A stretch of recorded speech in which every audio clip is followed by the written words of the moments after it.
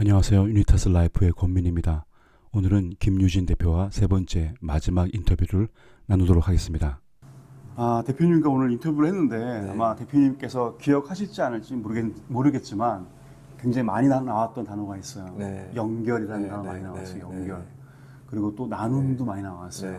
근데 앞에 처음에 이 카페를 어떻게 했냐 했을 때 뭐 러너들과 연결했다, 제자들과 연결되었다, 또 나와 함께 했던 사람 연결되었다 또 나오고 오늘 지금 아까 방금 말한 핵심 미션 같이 말할 때 또 연결 나왔고 또 그런 부분들이 하나의 교육이란 테마 교육이 가르치는 것이 아니라 연결이다 그렇게 얘기하셨죠? 네, 맞아요. 그러니까 어찌 본다면은 여기는 일종의 러너들의 클래스 같은 학교 같은 그런 느낌이네요. 여기서 뭐 누가 가르치는 것이 아니라 스스로 함께 배우고 함께 느끼고 뭐 그런 개념인 것 같아요. 제가 어떻게 잘 봤나 아니면은 그러니까 러너들의 사랑방이라고 얘기하는 사랑방 그렇죠. 사랑방. 사랑방. 러너분들이 지어주신 별명인데 그러니까 편하게 와서 약간 놀고 즐기다 가는 곳 그러다가 뭔가 얻을 수도 있고 몰랐던 사람들을 만날 수도 있고 항상 거기가 사랑방이 있으니까 가고 싶다는 느낌이 드는 곳. 그렇죠. 오케이. 그럼 그거 연결은 그렇게 얘기 들고요. 이제 본격적으로 한번 들어가 볼까요?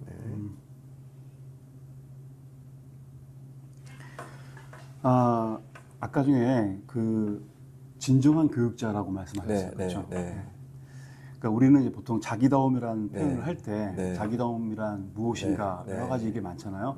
저 같은 경우는 자기다움의 정의를 어떻게 죽을 것인가를 결정하는 것이라고 말하거든요. 그러니까 김 대표님께서는 어떻게 죽을 것 같아요? 어떻게? 어려운 질문이네요. 그렇죠. 어려운 질문이죠. 근데 이거는 뭐 대답할 수 없는 건데 일단 뭐 마음의 울림으로 나는 죽을 때 어떤 모습으로 죽을까? 나는 어떤 가치를 남길 것인가? 왜냐면 이제 50대 중반 되셨으니까 지금 좀 아까 말씀 가운데 이렇게 나눴던 것들 이런 연결된 부분들을 다음 세대에게 전달한다는 그런 마음도 계시잖아요. 후배들을 아니면 제자들을 갖다가 돕는다. 결국은 이것이 단 개인의 브랜드가 아니라 러너들의 어떤 브랜드, 러너들의 사랑방 그런 개념인데 다음 세대에게 전달하는 어떤 그 다음 세대에게 전달하는 어떤 브랜드 같거든요. 브랜드라는 것 자체가 다음 세대에게 전달할 수 있는 도구잖아요. 어떤 거기에는 물성도 없지만은 가치나 철학이나 아니면 역사나 아니면 그들 가운데 있는 어떤 목적 같은 것들이 연결된 게 브랜드잖아요.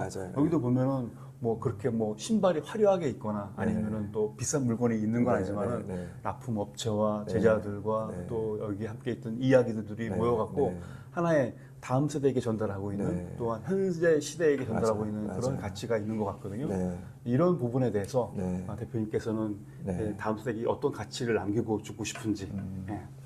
이게 이제 예를 들면 이제 죽고 싶은지라는 단어를 딱 들으니까 이게 죽는 지점 딱 뭐 10분 있다 내가 죽는다 이런 것들이 상상이 돼요. 이제 근데 그거는 하나의 어떻게 보면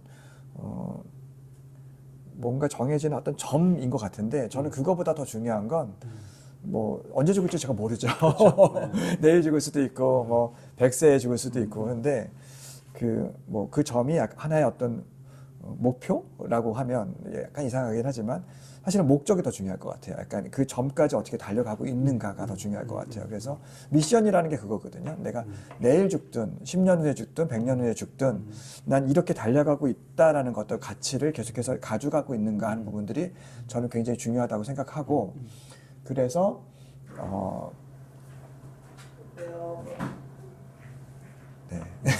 택배가 왔네요. 계속 할까요? 그 앞에 부분부터 해주세요.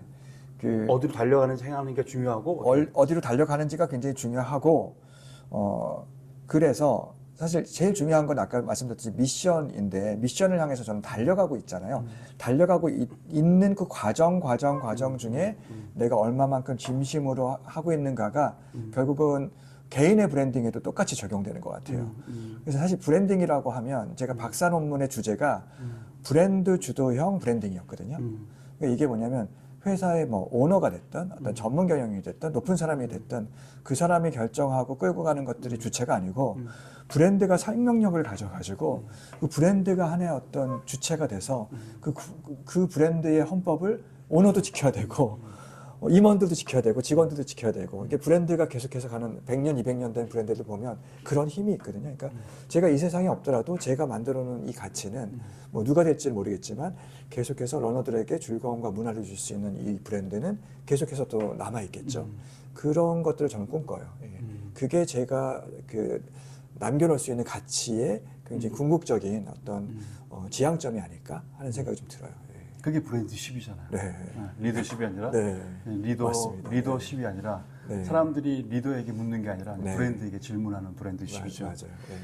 그러니까 제가 그 어떤 질문이냐면 네. 영화 인턴 보셨어요? 네, 봤어요. 네, 거기 네. 보면 인턴 로버트 드니로가 이런 말 하잖아요. 네. 음악가에게는 네. 은퇴가 없다. 네. 음악가 안에 네. 그 음악이 멈출 때 비로소 끝난다 네. 그러잖아요. 네. 그러니까 달리기를 못할 때 그럼 네. 끝나는 건가요?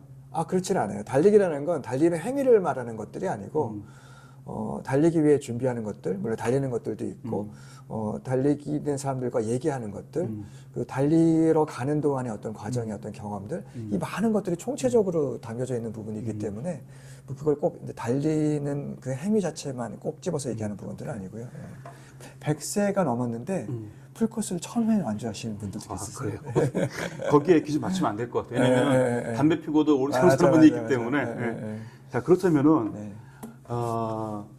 이 달리는 거 네. 모든 사람이 다를 거야. 어떤 사람은 건강을 위해서 다르고, 다르죠. 어떤 예. 사람들은 뭐 체력 단련은 다르고. 네, 달라요. 그러니까 예. 달리기에 어떤 의미를 대표님이 부여하십니까? 굉장히 중요한 질문인데요. 그러니까 달리기에 여러 가지 의미가 있을 텐데 기본적으로 달리기는 인간의 본능이에요. 그러니까 우리는 태어나서 원시 시대부터 보면 본능이라고요? 왜 본능이에요.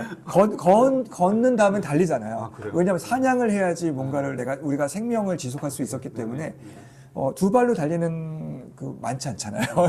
달리는 것들은 본능인데 그러니까 달리기의 어떤 비즈니스 세계로 들어와 보면 대부분의 큰 스포츠 회사 달리는 회사들은 약간 어떻게 보면 신발이나 약간 그 돈이 되니까 약간 그 옷이나 약간 이런 것들 중심으로 판매를 많이 하고 있고 그 모든 것들의 초점이 어떻게 하면 더 빨리 달릴까에 초점을 두고 있어요. 또 기능성 이런 거에 그 초점을 두고 있는데 제가 진행하고 있는 이 브랜드의 관점은 완전히 달라요.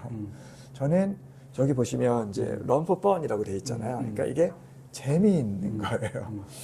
저는 친구들도 그렇잖아요. 내 친구가 여러 명이 있는데 얘는 정말 똑똑해서 하버드나 서울대 간 친구가 있고 얘는 조금 못났지만 되게 정이 있는 친구가 있고 어떤 친구는 너무 재밌어요. 그래서 이 친구하고 만나면 막 재밌어 시간 가는 줄 몰라 이런 친구가 있는데 저희가 가져가야 되는 결은 재미있는 약간 방향이거든요. 그러니까 여기는 이제 Just Run It이라는 단어 자체도 우리는 즐겁게 달리고 맛있게 먹자 약간 이런 뜻이거든요. 그러니까 막 심각하고 막 이런 게 아니고 사람들이 어떻게 인생을 심각하게만 살아요. 재미있게 살고 싶은데 그게 여기에 핵심이거든요. 그러니까 달리기라는 것들을 파고 들어가 보면 저희가 지향점이 나오고 그 지향점을 가지고 우리가 계속해서 갈 수 있는 어떤 우리의 방향과 우리의 어떤 철학이 나오는데 저희가 가지고 있는 그 방향이 그 방향인 것 같아요. 그래서 초보자들도 여기 오면 부담이 없고 재미거리들이 되게 많거든요. 제가 많이 숨겨놨어요. 이게 약간 이야기거리들을 하나하나마다 그런 부분들을 보면서 시간 가는 줄 모르고 위안을 받는 거죠. 그러니까 내가 빨리 달리기 위해서 용품을 어디 가서 사야 돼 하는 것들은 굉장히 많은데 난 어디 가서 조금 재미를 느끼고 내가 조금 즐거움을 느낄 수 있지 러너들이 와서 위안을 받는 공간 그런 것들을 점점 꿈꾸고 있어요. 오케이, 알겠습니다. 하여튼 이거 얘기할 때 너무 흥분하셔가지고 아 그래요? 말을 못 걸었는데 네. 이제 오늘은 우리 주제가 중장년. 근데 굉장히 중요한 거기 네. 때문에요. 왜? 아니, 왜냐면 좋아해야지 오래 할 수 있거든요. 그렇죠. 맞아요. 그 말 하려고 그랬어요. 그 말 하려고 그랬어요. 그 모습이 좋아. 그러니까 어떤 이야기를 할 때 흥분하고 주체할 수 없는 에너지가 나와서 그게 너무 좋았어요. 그게 너무 좋았고 그 얘기는 좀 더 해보겠습니다. 그러면 중장년 은퇴자들, 퇴직자들 만난 적 있으세요? 아니요, 잘 없어요. 어디 갔을까요? 모르겠어요. 그렇죠. 너무 신기하지 않습니까? 숨어버리지 않습니까? 연락도 안 하고. 바로 그런 부분이 가장 큰 문제거든요. 그러니까 나와서 뭐 만날 수 있는 사람들이 별로 없는 거죠. 동료들도 대부분 다 50대 중반일 거잖아요. 뭐 하는지 잘 모르세요? 뭐 하는지? 잘 모르겠고 우스갯소리가 좀 있는데 제가 어떤 강연에 가서 들은 얘기인데 그 강연자 굉장히 유명하신 분인데 자기가 받은 명함 중에서 가장 약간 한심한 명함이 그거였다라고 하면서 명함이 굉장히 그 직함이 많더래요. 근데 뭐 전 무슨 전자 뭐 상무 전 전만 7개가 있는 거예요. 그러니까 사실 과거에 사로잡혀서 사는 거죠. 약간 그쵸. 옛날에 나의 명성, 난 이런 사람이었어. 내가 나 때는 이랬는데 내가 어떤 사람인 줄 알아. 이런 것들 과시하고 싶은 것들에 사로잡혀 있는데 그런 거에 대한 부끄러움 때문에 사라진 게 아닐까? 약간 그런 생각도 들기도 하고. 예. 그러네요. 예. 마음이 좀 짠하네요. 저도. 은퇴하고 또 새로 시작하는 입장에서. 아까 본인 나이를 말했어요. 아시죠? 네, 69년생이라고. 네, 맞습니다. 그러면 보통 그 69년생이 이제 56세 아니면 55세, 네, 55세라고 했을 때, 맞습니다. 그 달리기 할 때 보면 대부분 나이가 네. 20대 아닌가요? 20대들? 아니에요. 달리기 하는 분들은 진짜 그 찐으로 달리기 오래 하신 분들은 달리기를 잘하는 게 물론 20대는 체력이 좋아서 잘하지만 기록이 좋은 분들은 40대 기록이 의외로 많아요. 그래서 알겠습니다. 제가 궁금한 게 개인적으로 궁금한 거예요. 네. 달릴 때 무슨 생각하십니까? 2시간 동안? 그때마다 다른데 굉장히 긴 달리기를 할 때 진짜 아무 생각이 안 들어요. 아무 생각이 안 나요? 네. 그냥 거기에 집중하게 돼요. 그냥 그렇구나. 그러다가 내가 어떨 때는 여기도 이제 I hate running, I love running이라는 약간 이렇게 재미있는 포스터가 있잖아요. 약간 이런 것들이 있는데 약간 그런 생각이 들기도 해요. 내가 지금 뭐 하고 있는 거지? 이런 생각이 들리고 하다가 어떤 순간에는 또 굉장히 아드레날린이 올라오면서 와 너무 재밌다 이렇게 느끼기도 하고. 근데 그게 더 좋은 것 같아요. 약간 이게 뭐 일을 생각하거나 뭐 다른 사람을 생각하거나 약간 언제 해야 될 뭔가의 목표를 생각하거나 이런 것들이 아니고 온전히 나한테 집중할 수밖에 없는 환경이 만들어져요. 그러니까 계속 내면으로 약간 나와 대화를 하는 시간이죠. 내면 대화? 네, 그러니까 그런 것들이 오히려 더 좋은 것 같아요. 네. 왜 이런 말을 했냐면요. 네. 그 제 주변의 사람들이 가장 뭐 많이 하는 말이 이제 인생은 골프랑 비슷하다. 골프 얘기하잖아요. 골프처럼. 저 골프 못 쳐가지고. 저도 못 쳐요. 물론 몇 번 쳐봤지만은 뭐 인생과 골프를 이렇게 연관할 만한 건 없는 것 같아요. 하지만 달리기와 인생은 좀 비슷할 것 같아요. 해보셨으니까 그러니까 의미를 부여해서 이 마라톤 내지는 달리기가 왜 인생과 비슷할지 물론 저마다 다르겠지만은 김유진 대표님만의 독특한 해석이 있을 것 같은데 어떤 건지 듣고 싶습니다. 그냥 몇 가지 드는 생각은 출발이 있으면 꼬리는 있듯이 인생도 이제 출발했으면 생을 마감할 때가 있는 것 같고 또 이제 약간 중간중간에 CP들이 있어요. 그러니까 약간 그 뭐 바나나나 뭐 초코파이나 이런 거 나눠줘서 약간 급수를 해서 약간 정비를 하고 다시 갈 수 있는 어떤 에너지를 공급하는 지점들이 있거든요. 그런 부분들이 우리 인생에 있어서도 뭔가 터닝 포인트들이 있잖아요. 약간 그런 것도 비슷한 것 같고 또 초반에 너무 빨리 달리는 걸 오버페이스라고 얘기를 하는데 그렇게 하게 되면 후반에 지쳐가지고 이제 못 가거든요. 그러니까 그런 거에 대한 또 조절을 해야 되는 약간 이런 부분도 있고 어떻게 보면 초반에 힘을 아껴가지고 느리게 달렸던 분들이 후반에 역전하는 분들이 굉장히 많아요. 그래가지고 막 초반에는 굉장히 막 저 사람 봐 하고 막 쑥 앞서갔는데 뒤에는 굉장히 막 저 사람을 내가 못 따라가겠어 이런 경우가 생기게 되니까 뭐 그런 부분도 좀 있는 것 같고. 그래서 그런 부분들의 여러 가지 어떤 희노애락과 우여곡절과 앞에 다시 한번 얘기했습니까? 오버페이스부터 다시 한번.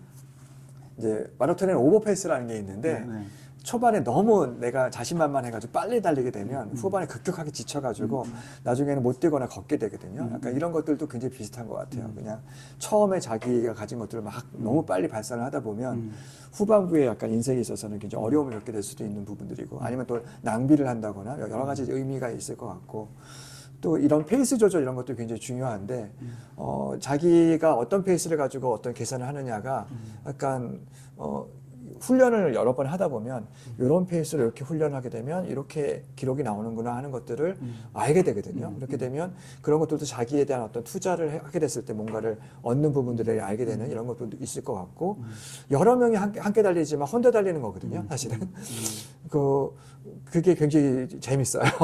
막 2만 명 같이 달리지만 결국은 달리기를 책임지는 건 자기 혼자예요. 그런 부분들도 인생에서 굉장히 좀 중요한 부분들인 것 같고 많은 교훈들을 주는 것 같아요. 그리고 굉장히 정직해요. 자기가 노력한 만큼만 딱 기록이 나와요. 말씀 가운데 가장 제 귀에 쏙 들어오는 거는 결국은 자기를 아는 것이 중요하다고 맞아요. 하시네요. 네, 네. 맞아요. 결국 중장년들이 네. 자기를 아는 것, 네. 이걸 어떻게 알 수 있을까요? 가장 본인 경험도 네, 있고요. 네. 나를 안다는 건 네. 어떤 경험일까요? 지금 그 달리기와 이제 인생과 의미를 네, 부여하는 네, 가운데 네. 제가 이제 귀에 쏙 들어왔던 단어가 네. 자기를 아는 것이라고 했어요. 자기를 네. 알아야지만 오페이스 네. 하지 네, 않고 맞아요. 뛰어갈 수 있고 준비할 수 있고. 네. 근데 이 중장년들이 자기를 알지 못하잖아요. 네. 아까 말한 것처럼 네. 어떤 직함에 의해서 네. 자신이 그 아이덴티티인 줄 알고 있고 맞아요. 또 네. 그런 업무라든지 직장 생활이라든지 네. 그러니까 자기를 아는 방법, 그러니까 네. 물론 김준일 대표님만 느낄 수 있겠지만은 어떻게 하면은 중장년 그 나이대들이 자기를 아는 방법에 어떤 독특한 방법이 있을까요? 그게 뭐 정해지는 하나의 어떤 정답이 있지는 않겠지만 제가 생각하는 거 몇 가지는 일단 자기에 대해서 깊이 있게 생각할 수 있는 시간을 가져야 되는 그렇죠. 것들이 중요할 것 같고요. 그리고 자기가 잘하고 좋아하는 분야에 대해서도 조금 더 깊이 파는 부분들이 더 중요할 것 같아요. 그걸 파다 보면 같은 생각을 하는 사람들에 대한 얘기를 많이 들을 수가 있기 때문에 그러면서 자기에 대해서 스스로 발견하고 약간 부족한 점을 채워줘갈 수 있고 한 것들을 할 수가 있겠고 더 중요한 건 자기가 정말 접해보지 못한 분야의 새로운 사람을 만나보는 것도 중요할 것 같아요. 그래서 약간 신선한 충격 같은 것도 좀 주면서 그게 이제 그 나이라든지 어떤 직급 이런 것들을 떠나서 젊은 사람들한테도 배울 수가 있거든요. 그리고 전혀 자기와 직업이 다른 사람들한테도 배울 수가 있는 부분들이고 약간 그런 기회를 만드는 것들에 대한 것들을 많이 가져야 될 것 같아요. 내가 뭔가를 어디를 신청을 한다든지 강연을 좀 듣는다든지 책을 사서 읽는다든지 해서 다양한 시도를 해야지 그걸 가지고 자기를 알아갈 수 있는 부분들에 대한 작은 팁이라도 좀 얻을 수 있을 것 같아서 가만히 앉아서 생각만 하면 사실은 올 수 있는 건 없거든요. 조금 적극적인 약간 자기 도전이 좀 필요하지 않을까. 그래서 제가 시도하다라는 그런 것들도 말씀드렸지만 그런 것도 좀 필요할 것 같아요. 예. 그래서 어떤 커뮤니티 같은데 좀 가입하는 것도 좀 좋을 것 같아요. 저는 CEO 모임에 지금 계속 나가고 있거든요. 거기는 다양한 분야의 CEO 분들이 많이 모시고 마케팅 공부도 하고 이런 모임이 있는데 아마 저희 유튜브를 보실 시간도 네. 없고 봤어요. 안 보겠지만 봤어요. 지금 그 내용들이 다 있고 제가 한번 보여드릴게요. 그래요? 다 아, 안에 네, 있어요. 네. 굉장히 이게 본인이 그러니까 물론 제가 하는 것들은 주로 네. 책을 보거나 아니면 인터뷰를 통해서 하는 건데 아마 인생을 통해서 배웠기 때문에 되게 좋은 것 같아요. 네. 그렇죠. 그러니까 그게 굉장히 중요한 축복인데 네. 이제 어떤 부분이 있냐면 나 반대하는 거 아니에요. 그게 가장 핵심이에요. 왜냐면은 우리가 중장년 할 때 파트너십이라는 걸 배워야 되고 그러니까 우리나라가 협동조합이 잘 안 되잖아요. 왜 그럴까라고 생각해 보신 적 없어요? 협동조합. 내가 더 낫다고 생각하기 때문에 각자가. 그럴 수 있고. 근데 협동이라는 게 남이 잘 되는 걸 배아파하기 때문에. 물론 그건 다 인간적인 속성인 것 같은데 협력이라는 거는 철학이에요. 철학. 그거는 철학을 공유해야 되는데. 그러니까 협력이 어떤 사람에게는 본능일 수 있고요.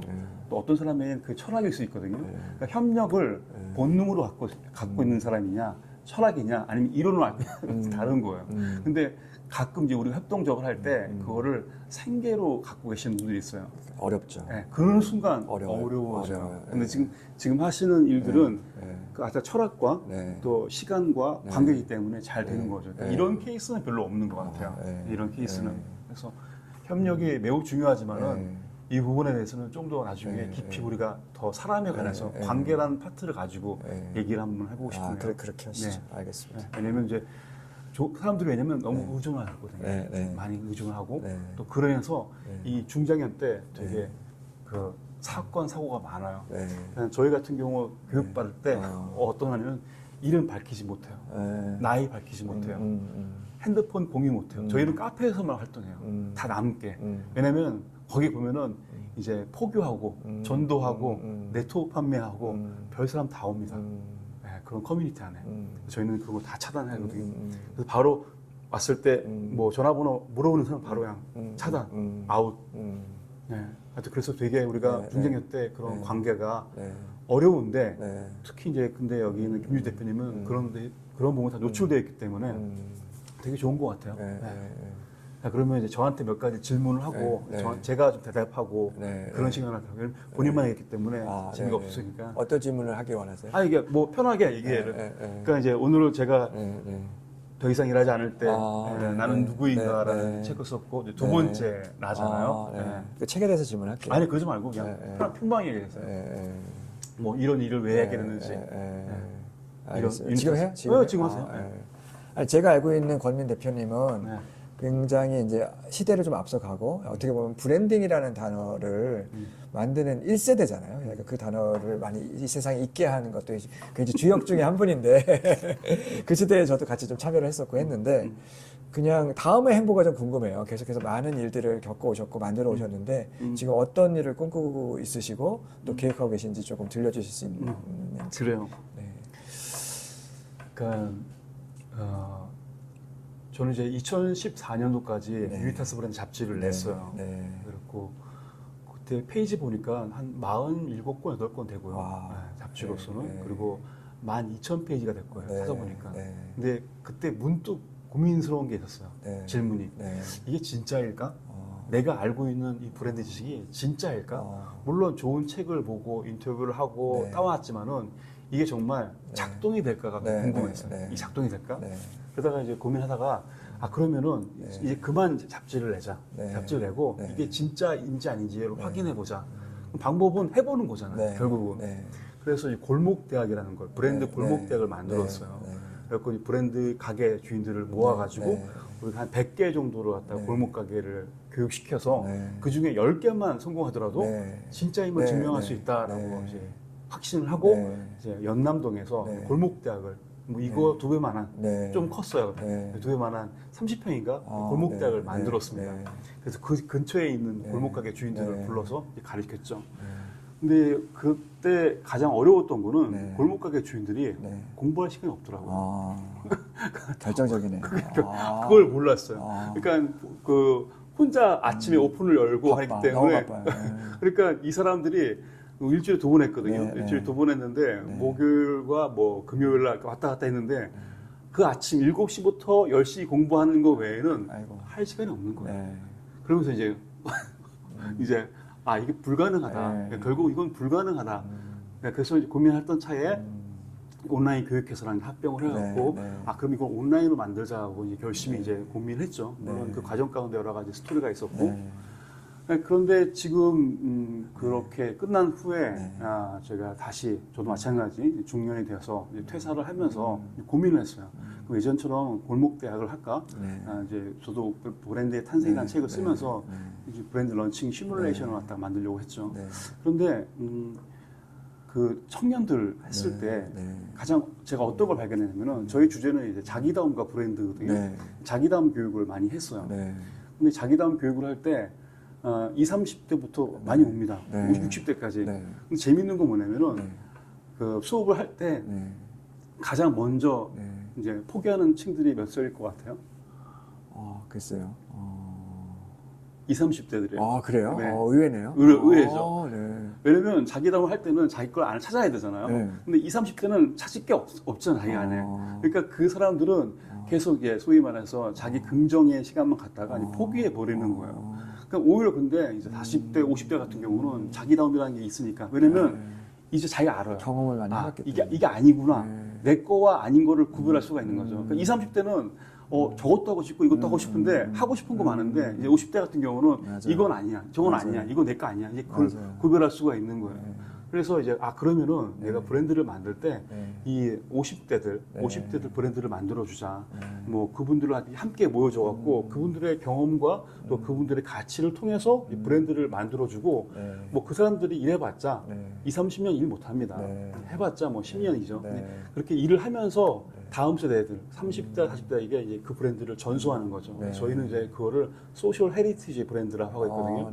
그래서 우리가 50대가 브랜드를 잘 만들어서 이제 다음 30대, 40대에게 전달하자라는 취지로 이제 유리타스 라이프를 만드는 거예요. 그래서 유리타스 라이프의 의미는 뭐 50대만 잘 살자 뭐 그런 것이 아니라 50대, 40대, 30대들이 50대에 만든 열매를 통해서 그 열매 안에 씨앗이 있잖아요. 열매를 주자. 40대, 30대에게. 그 사람들이 그 열매를 취해갖고 다시 한번 브랜드를 만들자라는 형태고 아까 처음 이 Just Learn It처럼 브랜드라는 거는 결코 어떠한 물건이 아니라 다음 세대에게 전달할 수 있는 패러다임이고 또 밸류 체인이기 때문에 그걸 전달하자 하는 차원에서 만드는 거였고요.